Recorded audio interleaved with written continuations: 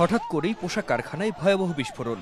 মুহূর্তের মধ্যেই আগুন ছড়িয়ে পড়ে পাশের রাসায়নিকের গোডাউনে, আর এতেই পুরো এলাকা জুড়ে ছড়িয়ে পড়ে আতঙ্ক।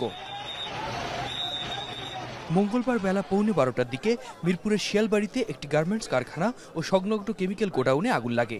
খবর পেয়ে আগুন নিয়ন্ত্রণে যোগ দেয় ফায়ার সার্ভিস। একে একে কাজ শুরু করে 12টি ইউনিট। আগুন নেভানোর সাথে চলে উদ্ধার অভিযান।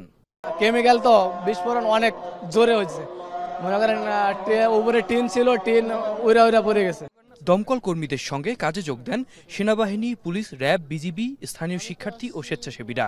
ঘটনাস্থলে ছুটে আসেন নিখোঁজ শ্রমিকদের স্বজনরা। তাদের আহাজারিতে ভারী হয়ে ওঠে পুরো এলাকা। বনপুতে 3 তলা কাজ করে দূরে খাইতে যাইব না, দূরে খাইতেও যায় না। এই যে এটা আমাদের 4 তলায় কাজ করে, এই যে এটা জানি অন্য তো কই আছে, আমরা ওদের খুঁজে পাবো। একজন লোক ফোন দিয়ে আবার কইতাছে যে অফিসে চাকরি করে অফিসে আগুন লাগছে। আমি লগে লগে আইসি, আমার ছেলেরা দেখতাম বললে, আমার ছেলেরা দেখাই নাই। আমার ছেলেরা খুঁজছেন না, চিল্লাইতেছে আর আল্লাহ আল্লাহ করতেছে, বাঁচা এগুলো কইছে, কিন্তু তার কোনো কথা আমি শুনি নাই।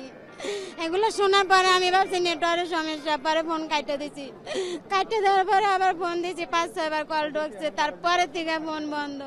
বিকেল 3:30টার দিকে গার্মেন্টস অংশের আগুন নিয়ন্ত্রণে আসে। তবে কেমিক্যাল মজুদের কারণে কেমিক্যাল গোডাউনের আগুন নেভানোর কাজ ব্যাহত হয়। তবু দমকলের বাহিনীরা ধীরে ধীরে নিয়ন্ত্রণে আনার চেষ্টা চালিয়ে যায়। বিকেল 4:30টা নাগাদ দ্বিতীয় দফায় শুরু হয় কেমিক্যাল গোডাউনের আগুন নেভানোর কাজ। বিষাক্ত ধোঁয়ায় ঝুঁকি এড়াতে নিরাপত্তা সহকারে কাজ করেন উদ্ধারকর্মীরা। মঙ্গলবার সন্ধ্যায় গণমাধ্যমের সঙ্গে আবার কথা বলে ফায়ার সার্ভিস। জানায় কেমিক্যাল গোডাউনে ঢোকা সম্ভব হয়নি। মানুষের বদলে ভিন্ন প্রযুক্তি ব্যবহারে চলবে উদ্ধার কার্যক্রম।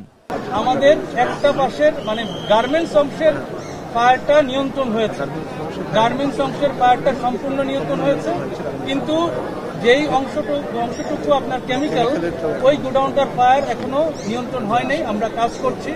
আপনারা দেখেছেন যে আমরা আমাদের যে টেকনোলজি রয়েছে, লুপ 60, ড্রোন, আমাদের যে গ্রাউন্ড মনিটর, সব যেটা হিউম্যান ছাড়া মানুষ ছাড়া যেসব টেকনোলজি দিয়ে আমরা ফায়ার ফাইটিং করছি, এটা এখনো চলমান রয়েছে।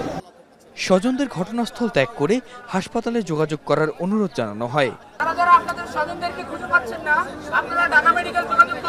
এতে আলামত সংগ্রহে কাজ করছে সিআইডি ক্রাইম সিন ও কেমিক্যাল ল্যাব বিশেষজ্ঞ দল।